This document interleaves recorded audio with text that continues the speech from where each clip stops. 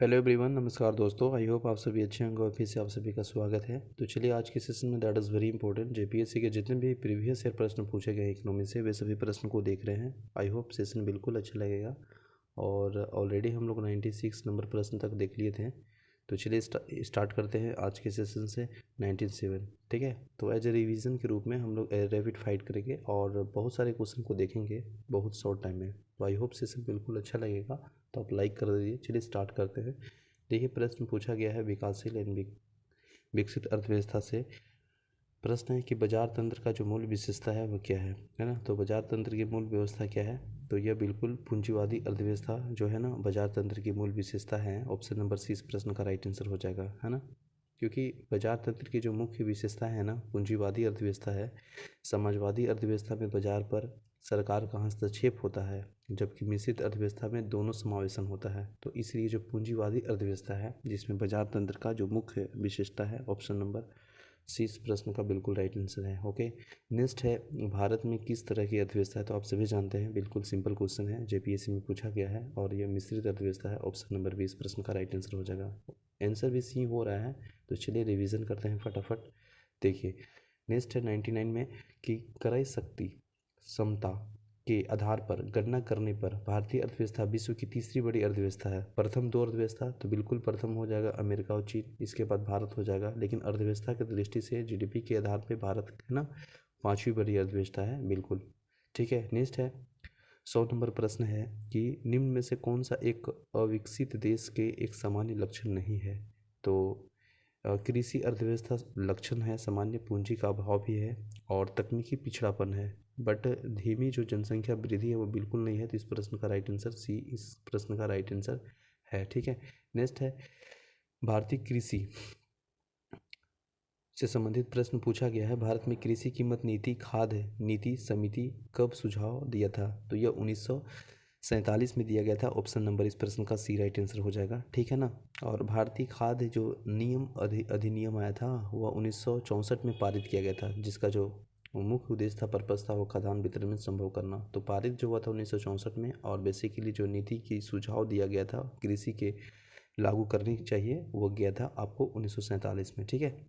और ये प्रश्न पूछा गया है 2019 में। ओके, नेक्स्ट है ऑपरेशन फ्लड संबंधित है। तो ऑपरेशन फ्लड जो संबंधित है ना वो आपको श्वेत क्रांति से है, इसलिए हम डेयरी विकास कार्यक्रम भी इसको कर सकते हैं। ऑप्शन नंबर ए इस प्रश्न का बिल्कुल राइट आंसर हो जाएगा। देख लीजिए यहाँ पे ऑपरेशन फ्लड का जो संबंध है वो दूध उत्पादन से है ना। दूध उत्पादन को बढ़ावा देना है, अर्थात डेयरी विकास कार्यक्रम भी लागू करना था। साथ ही साथ भारत में ऑपरेशन फ्लड की शुरुआत वर्गीस कुरियर ने किए थे, जो कि आप सभी जानते हैं 1970 ईस्वी के दशक में शुरुआत हुई थी। इसे श्वेत क्रांति भी कहते हैं। तो श्वेत क्रांति मतलब डेयरी विकास कार्यक्रम मतलब ऑपरेशन फ्लड, ठीक है ना। तो सेशन को लाइक कर दीजिए दोस्तों।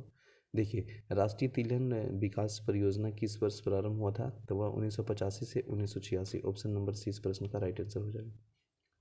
नेक्स्ट है भारत में गहन कृषि क्षेत्र कार्यक्रम कब से प्रारंभ हुआ है। तो वह जुलाई 1964। ऑप्शन नंबर सी इस प्रश्न का राइट आंसर हो जाएगा, है ना। भारत में जो गहन कृषि क्षेत्र का कार्यक्रम जुलाई 1964 में प्रारंभ किया गया और इसका जो उद्देश्य है उद्देश्य में खेती योग्य कम से कम 20 से 25% कवर करने के लिए IAD है ना IADP की आवश्यकता को अन्य संभावित क्षेत्रों तक विस्तारित करना था, ठीक है।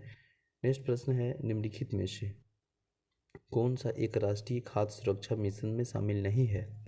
तो जो शामिल नहीं है ना वो तिलहन नहीं है, बाकी गेहूँ चावल और मसूर दाल ये सब सभी है, ठीक है। मसूर दाल के साथ मोटे अनाज भी शामिल है और जो आपको तिलहन है वह नहीं शामिल है। तो राष्ट्रीय खाद्य सुरक्षा मिशन के शुभारंभ अक्टूबर 2007 में हुआ था, अक्टूबर 2007 में हुआ था, ठीक है। और वर्ष 2013 में राष्ट्रीय खाद्य सुरक्षा अधिनियम पारित किया गया था, ठीक है। नेक्स्ट है गन्ने की उचित लाभप्रद कीमत FRP को निम्नलिखित में से किस कौन अनुमानित करता है। तो यह कृषि मंत्रालय एंड आर्थिक मामले एंड मंत्रिमंडलीय समिति करता है। ऑप्शन नंबर ए प्रश्न का राइट आंसर हो जाएगा, ठीक है। नेक्स्ट है हाल ही में भारतीय राज्य के शिशु सुरक्षा ऐप कौन लॉन्च किया। तो यह किया है असम। ऑप्शन नंबर सी इस प्रश्न का राइट आंसर हो जाएगा, ठीक है। नेक्स्ट प्रश्न है भारत की सबसे अधिक शाखाएं किस विदेशी बैंक में है। तो वह ANZ Grindlays bank, option number A इस प्रश्न का राइट आंसर हो जाएगा, ठीक है ना, सबसे अधिक उसी में है। नेक्स्ट प्रश्न है राष्ट्रीय ग्रामीण विकास संस्था की स्थापना किस वर्ष में हुआ था? तो वह 1958 में हुआ था, ऑप्शन नंबर सी इस प्रश्न का राइट आंसर हो जाएगा। नेक्स्ट है निम्नलिखित में से कौन सा एक संस्था जो कि ब्रेटन वुड संस्थाओं को सम्मिलित नहीं है? तो यह संयुक्त राष्ट्र नहीं है, बाकी विश्व व्यापार संगठन है, ठीक है, अंतर्राष्ट्रीय मुद्रा कोष है और विश्व बैंक है। ऑप्शन नंबर ए इस प्रश्न का राइट आंसर होगा और यह 7 CPSC 2021 में प्रश्न पूछा गया था पीटी में, ठीक है ना। नेक्स्ट प्रश्न देखिए यहाँ पे, भारत सरकार द्वारा शेयर का पूंजी विनिवेश के लिए रंगराजन समिति की नियुक्ति कब हुआ था? तो रंगराजन समिति की नियुक्ति जो हुआ था 1993 में हुआ था, ऑप्शन नंबर 20 प्रश्न का राइट आंसर हो जाएगा, ठीक है ना। रंगराजन समिति का सार्वजनिक क्षेत्र के लिए आरक्षित सार्वजनिक क्षेत्र में इकाइयों का कहना था कि 49% जो है ना वह विनिवेश तथा अन्य सार्वजनिक क्षेत्रों में 74% के निवेश का प्रस्ताव दिया था। हालांकि ये सिफारिश लागू नहीं हुआ था। एनीवे चलिए देखिए यहाँ पे 112 नंबर प्रश्न है, स्पेशल इकोनॉमिकल जोन है ना, SEZ की नीति देश के पहली बार आरंभ की गई थी, तो वह 2000 ईस्वी में आरंभ किया गया था, ठीक है ना। ऑप्शन नंबर 20 प्रश्न का राइट आंसर हो जाएगा। लेकिन स्पेशल इकोनॉमिकल जोन 2005 के रूप में 10 फरवरी 2006 में प्रभावित हुआ था, ठीक है। असंगठित क्षेत्र में वैसे मजदूर जिन्हें सामाजिक सुरक्षा उपलब्ध नहीं है, वह निम्न में से कौन सी पेंशन योजना है? तो वह स्वावलंबन होगा, है ना, स्वावलंबन, जो कि ऑप्शन नंबर डी इस प्रश्न का बिल्कुल राइट आंसर है। ओके, नेक्स्ट है भूमि संसाधन विभाग किस मंत्रालय का घटक है? तो ये जो है ना भूमि संसाधन विकास मंत्रालय, वो हो जाएगा आपको ग्रामीण विकास मंत्रालय के अंतर्गत। देखिए ऑप्शन में थोड़ा सा इसमें बिल्कुल हम सही बोल रहे थे, ग्रामीण विकास के अंतर्गत ही आएगा, तो ऑप्शन नंबर 20 प्रश्न का बिल्कुल राइट आंसर हो जाएगा, ठीक है। तो भी देखिए यहाँ पे ग्रामीण विकास मंत्रालय के अंडर में आता है। एक बार देख लेते हैं एक्सप्लेनेशन। भूमि जो संसाधन विभाग ग्रामीण विकास मंत्रालय के घटक है और यह जो है वह विभाग भूमि की उपलब्धता और आजीविका तथा क्षमता स्थायी सुधार सुनिश्चित करने तथा बंजर भूमि को कृषि योग्य बनाने का कार्य करता है। ये रिस्पॉन्सिबिलिटी है, ये जिम्मेवारी होती है ना। नेक्स्ट प्रश्न है, देखिए इंपॉर्टेंट है कि वित्तीय सलाहकार की योजना कब पेश की गई थी? तो यह 1975 में पेश किया गया था, 1975। ऑप्शन नंबर 20 प्रश्न का राइट आंसर हो जाएगा। नेक्स्ट है लिंग सशक्तिकरण मापकी और जो अवधारणा को प्रस्तावित किया है, तो यह प्रस्तावित किया था संयुक्त राष्ट्र विकास कार्यक्रम, ऑप्शन नंबर डी इस प्रश्न का राइट आंसर हो जाएगा। UNDP द्वारा 1995 ईस्वी में जारी किया गया और यह प्रति वर्ष जारी किया जाता है। नेक्स्ट प्रश्न है निम्नलिखित में से किस समिति ने भारत के लेखा परीक्षा को खातों से अलग करने की सिफारिश की? तो वह किया है आपको सार्वजनिक लेखा समिति, ऑप्शन नंबर डी इस प्रश्न का राइट आंसर हो जाएगा, ठीक है।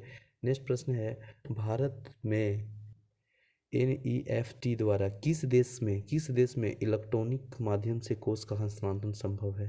तो ये हो जाएगा आपको Bhutan, basically option number B इस प्रश्न का राइट आंसर, सॉरी भूटान नहीं, और नेपाल इस प्रश्न का राइट आंसर हो जाएगा। सॉरी दोस्तों, नेपाल इस प्रश्न का राइट आंसर हो जाएगा क्योंकि नेपाल देश के साथ इलेक्ट्रॉनिक माध्यम से कोष का हस्तांतरण संभव है, पॉसिबल है, तो ए इस प्रश्न का राइट आंसर हो जाएगा, ठीक है ना। देखिए नेक्स्ट प्रश्न है भारतीय राष्ट्रीय लेखा सांख्यिकी के अनुसार संगठित क्षेत्र, सार्वजनिक क्षेत्र और निजी क्षेत्र में गैर कृषि के सारे प्रतिनिधित्व को सम्मिलित करना है जहां नियोजन, है ना, जहां नियोजन 10 या 10 से अधिक श्रमिक हो। ऑप्शन नंबर डी इस प्रश्न का राइट आंसर हो जाएगा, ठीक है। नेक्स्ट है हैंड बुक ऑफ एग्रीकल्चर प्रकाशित होती है, तो हैंड बुक ऑफ एग्रीकल्चर प्रकाशित होती है आपको भारतीय कृषि अनुसंधान परिषद से, जो कि ऑप्शन नंबर बी बिल्कुल राइट आंसर दिया है, ठीक है। नेक्स्ट है उदारीकरण, निजीकरण और भूमंडलीय की नई आर्थिक नीति योजना की गई प्रधानमंत्री है, तो वह है नरसिंह राव के द्वारा, ऑप्शन नंबर सी, ठीक है। उदारीकरण, निजीकरण और भूमंडलीकरण की जो नीति आया था ना 1991 में घोषणा के समय, भारत के प्रधानमंत्री PV नरसिंह राव और वित्त मंत्री मनमोहन सिंह थे। ऑप्शन नंबर सी इस प्रश्न का राइट आंसर हो। E-बीज संबंधित है ना, वह बेसिकली सरकारी सेवाओं के पहुंच हेतु एकल द्वार से है, ऑप्शन नंबर डी, ठीक है। नेक्स्ट प्रश्न देखिए पूछा है कि RN मल्होत्रा समिति किससे संबंधित है? तो RN मल्होत्रा संबंधित है बीमा क्षेत्र के सुधार के लिए, तो बीमा जो है आपको देखने को मिल रहा है ऑप्शन नंबर सी में, तो सी इस प्रश्न का राइट आंसर हो जाएगा। और ये गठित हुआ था 1993 में। निम्नलिखित में से कौन सा एक वित्त मंत्रालय का एक भाग नहीं है? तो जो बैंकिंग विभाग है वो नहीं है, ऑप्शन नंबर सी। बाकी व्यय है, राजस्व है, वो आर्थिक मामला है। ठीक है। देखिए वित्त मंत्रालय के अंतर्गत निम्नलिखित में से कौन कौन बाहर आते हैं? तो वित्त है तो व्यय आएगा, राजस्व भी आएगा, आर्थिक के मामले भी आएंगे, वित्तीय सेवा विभाग आएगा, सार्वजनिक उद्यम विभाग आएगा और निवेश और सार्वजनिक संपत्ति का प्रतिबंध विभाग भी आएगा। ठीक है। देखिए ये प्रश्न पूछा गया है जेपीएससी में 2021 में, 7 जेपीएससी में। ठीक है ना। प्रश्न पूछ रहा है कि निम्न में से कौन सा क्रम सही है जिससे दार्शनिक विकास मापन के प्रस्ताव को किया जाता है? तो इच जो ये जो ना सही है वो आपको है प्रति व्यक्ति आय के साथ PQLI और HDI, इसका फुल फॉर्म देख लीजिएगा, इंडेक्स। ठीक है। ऑप्शन नंबर 20 प्रश्न का राइट आंसर हो जाएगा। ठीक है। नेक्स्ट है कि निम्न में से कौन सा प्रशासनिक पर आंतरिक नियंत्रण का तकनीक नहीं है? तो बजटीय प्रणाली नहीं है, कार्मिक प्रबंधन नहीं है, नागरिक या प्रशासनिक सेवानिवृत्त। तो जो आपको है प्रशासनिक या आंतरिक नियंत्रण, बजटीय प्रणाली, कार्मिक प्रबंधन, सेवा, प्रशासनिक निवृत्त और नागरिक इनमें से नहीं है। तो ऑप्शन नंबर जो नागरिक है वो आपको सी इस प्रश्न का राइट आंसर है। ठीक है। देखिए यहाँ पे मिलान करना है, दैट इज़ वेरी इंपॉर्टेंट प्रश्न है, ये पूछे जाते हैं बार बार, समिति से संबंधित है। जैसे इसमें कोई याद है तो एक मिला लीजिएगा, तो यहाँ ऑप्शन देखिए इधर आ जाएगा। जैसे देखते हैं हम लोग, देखिए यहाँ पे। ठीक है। तो इसमें जो है तेंदुलकर समिति पूछा है, चलैया समिति है और चक्रवर्ती समिति है। तो नर्सिंग जो समिति है ना वो वित्तीय क्षेत्र से है। नर्सिंग जो खुला था वो वित्तीय क्षेत्र के लिए, इस तरह से याद किए थे। और जो आकलन करता है ना वो तौल कर आकलन करता है, तो इसलिए जो तेंदुलकर हो जाएगा तौल के, उसलिए यहाँ पे बी हो जाएगा। तो सी का 2 देखिए कहाँ पे दिया है, सी का 2 यहाँ पे दिया है बिल्कुल इसमें, और साथ ही साथ ए का जो आपको जो बी का है वो 4 दिया है। तो बी का जो 4 है, तो इसलिए ऑप्शन नंबर इसका डी इस प्रश्न का बिल्कुल राइट आंसर हो जाएगा। चक्रवर्ती जो समिति है वो आपको देखने को मिलेगा बैंक सुधार से, तो यहाँ पे इसका ऐसे हो जाएगा। और चलिए समिति कर सुधार से, चलिए कर सुधारते हैं, तो इस तरह से डी इस प्रश्न का राइट आंसर हो जाएगा। देख लीजिए यहाँ पे। ठीक है। UNDP द्वारा मानव विकास सूचकांक HDI के गणना में निम्नलिखित में से कौन सा शामिल नहीं है? तो जो ये शामिल नहीं है ना वह बेसिकली आपको शिशु मृत्यु दर नहीं है। ऑप्शन नंबर सी इस प्रश्न का राइट आंसर हो जाएगा। 1990 में प्रकाशित की जा रही इसका मापन 3 मूलभूत इकाई होता है, जो कि लंबा श्वास जीवन, साथ ही साथ जीवन की ज्ञान की उपलब्धि और एक अच्छा जीवन स्तर भी होना चाहिए। IDF पहले जाना जाता था, तो वह जाना जाता भारतीय सहायक क्लब से। ऑप्शन नंबर ए। ठीक है। नेक्स्ट प्रश्न है, और ये प्रश्न पूछा जा रहा है कि सरकार द्वारा बंधन श्रम के उन्मूलन की अधिसूचना कब जारी की गई? तो यह जारी किया गया था अक्टूबर 1975 ईस्वी को, अक्टूबर 1975 ईस्वी को। ऑप्शन नंबर डी इस प्रश्न का बिल्कुल राइट आंसर है। नेक्स्ट है, सरकार द्वारा न्यूनतम मजदूरी निर्धारणता किस वर्ष किया गया था? तो 1947 में किया गया था। ऑप्शन नंबर 1948 में, माफ़ कीजिएगा, 1948 में। ठीक है। 1948 में जो कि मजदूरी निर्धारणता वर्ष किया गया था। और न्यूनतम वेतन अधिनियम 1948 के महत्व पे कर्मचारी के शोषण और रोकना और कर्मचारियों के लिए सभ्य जीवन सुनिश्चित करना अधिनियम के प्रावधान था। और साथ ही साथ सरकार के प्रति 5 वर्ष न्यूनतम मजदूरी निर्धारण करेगी। नेक्स्ट है, द्रव्य की पूर्ति और यथावत रखने के यदि द्रव्य की मांग पर वृद्धि हो तो इसमें देखिए द्रव्य द्वारा पूर्ति जो यथावत रहेगा वह बिल्कुल आपको ब्याज की दर से वृद्धि हो जाएगा। Option number B. ठीक है। नेक्स्ट प्रश्न है कि कार्बन क्रेडिट का दृष्टिकोण इनमें से किससे शुरू हुआ? तो यह हुआ था क्योटो प्रोटोकॉल से। ऑप्शन नंबर ए इस प्रश्न का राइट आंसर हो जाएगा। ठीक है ना। देख लीजिए, कार्बन जो है ना क्रेडिट के संकल्प क्योटो प्रोटोकॉल को उपज है, और यह एक कार्बन क्रेडिट का 1 टन कार्बन के बराबर होता है। संयुक्त राष्ट्र की पहल पर ग्लोबल वार्मिंग की चुनौती निपटने के लिए 1992 में United nation framework convention of climate change के अस्तित्व में आया था, और जापान के क्योटो शहर में 11 दिसंबर 1997 में हुई। ठीक है। और ये तीसरा सम्मेलन क्योटो प्रोटोकॉल स्वीकार किया है UNFCCC के। ठीक है। नेक्स्ट प्रश्न है, और यह विज्ञान से संबंधित प्रश्न है। ठीक है। तो चलिए हम लोग इकोनॉमिक्स के प्रश्न को खत्म कर लिए दोस्तों। सेशन अच्छा लगा होगा, बिल्कुल लाइक कीजिए। मिलते हैं नेक्स्ट वीडियो में। Thank you. जय हिंद।